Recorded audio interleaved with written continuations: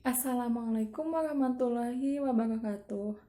Perkenalkan, nama saya Ajijah Nur Ajijah dari jurusan Bimbingan Konseling Islam, kelas D, IAIN Syekh Nurjati Cirebon.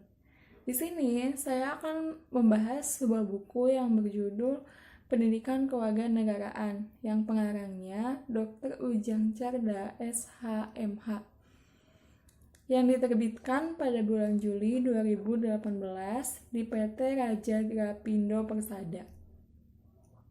Tugas ini saya buat untuk memenuhi salah satu tugas mata kuliah PKN yang dosen pengampunya Ibu Risla Diba. Langsung saja pada bab yang pertama, yaitu orientasi terhadap pendidikan kewarganegaraan.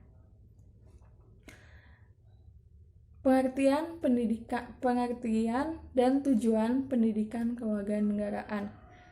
Pengertian pendidikan kewarganegaraan adalah sebuah pendidikan yang di dalamnya mencangkup Pancasila, UUD 1945, Negara Kesatuan Republik Indonesia, dan Bhinneka Tunggal Ika, untuk menjadikan anak bangsa menjadi warga negara yang memiliki rasa kebangsaan dan cinta tanah air.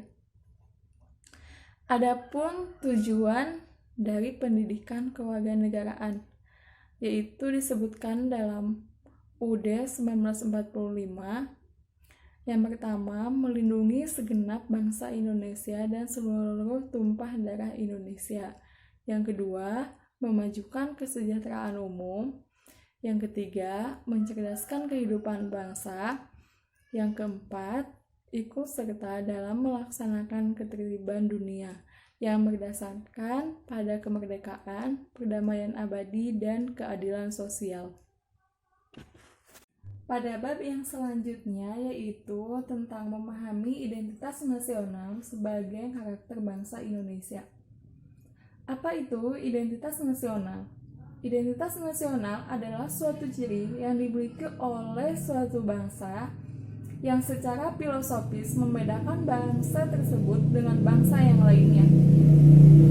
Adapun bentuk-bentuk identitas nasional, yang pertama bahasa, yaitu bahasa Indonesia. Yang kedua bendera, yaitu bendera merah putih. Yang ketiga lagu kebangsaan, yaitu Indonesia Raya. Yang keempat, lambang negara, yaitu Garuda. Yang kelima, semboyan negara, yaitu Bhinneka Tunggal Ika. Yang keenam, ada konsepsi wawasan Nusantara. Yang ketujuh, ada dasar falsafah negara, yaitu Pancasila. Yang kedelapan, ada konstitusi, yaitu UUD 1945. Yang ke-9 ada kebudayaan daerah yang telah diterima sebagai kebudayaan nasional. Dan yang terakhir ada bentuk negara kesatuan Republik Indonesia. Pada bab selanjutnya, yaitu di bab yang ketiga, yaitu tentang memahami Pancasila sebagai ideologi bangsa. Ideologi dapat dikatakan sebagai kumpulan gagasan-gagasan atau ide-ide atau keyakinan-keyakinan yang menyeluruh dan sistematik yang menyangkut pada bidang politik, sosial, dan keagamaan. Adapun macam-macam ideologi. Yang pertama, ada ideologi Pancasila. Yang kedua, ada ideologi liberalisme. Yang ketiga, ada ideologi konservatif. Yang keempat, ada ideologi sosialisme komunisme.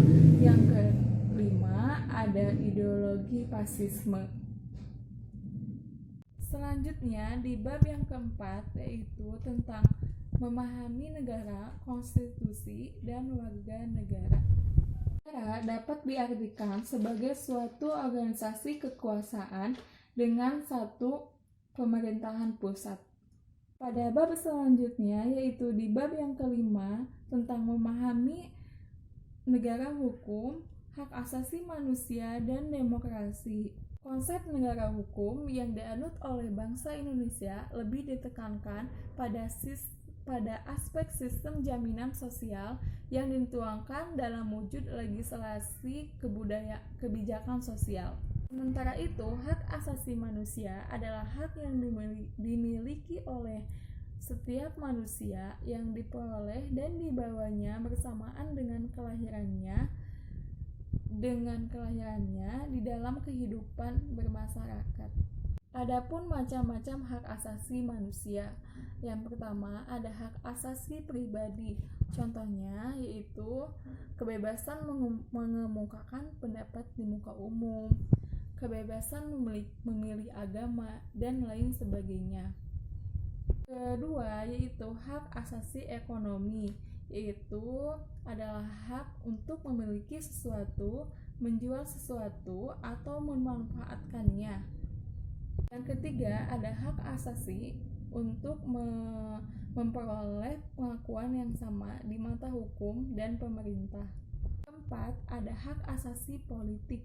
Contohnya, hak pilih, hak mendirikan partai politik, dan lain sebagainya. 5. Ada hak-hak asasi sosial kebudayaan.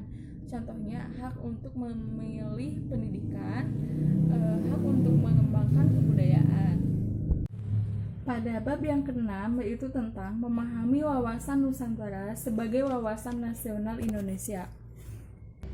Wawasan nasional itu adalah cara pandang suatu bangsa dengan diri dan lingkungannya yang dijabarkan dari dasar falsafah dan sejarah bangsa itu sesuai dengan posisi atau kondisi geografi wilayahnya. Nusantara yaitu mempunyai arti tentang suatu cara pandang bangsa Indonesia terhadap diri dan lingkungannya yang berdasarkan Pancasila dan UUD 1945 serta sesuai dengan kondisi geografi wilayah Nusantara yang menjiwai kehidupan bangsa untuk mencapai tujuan atau cita-cita nasionalnya. Dan di bab yang ke-7 yaitu tentang memahami ketahanan nasional dan integritas nasional. Ketahanan nasional itu adalah keutuhan dan daya tahan suatu bangsa yang mengandung kemampuan untuk mengembangkan kekuatan nasional yang ditunjukkan untuk menghadapi segala ancaman yang membahayakan kelangsungan hidup negara dan bangsa Indonesia. Adapun macam-macam ketahanan, ada ketahanan ideologi, ketahanan ekonomi, ketahanan sosial budaya, ketahanan politik, dan pertahanan keamanan. Selanjutnya ada integritas nasional. Integritas nasional itu adalah upaya untuk menyatukan seluruh unsur suatu bangsa dengan pemerintahan dan wilayahnya. Pada buku yang saya bahas itu mempunyai 7 bab dan ke-7 bab itu sudah saya bahas secara singkat. Mungkin hanya itu yang dapat saya sampaikan, kurang lebihnya mohon dimaafkan. Wassalamualaikum warahmatullahi wabarakatuh.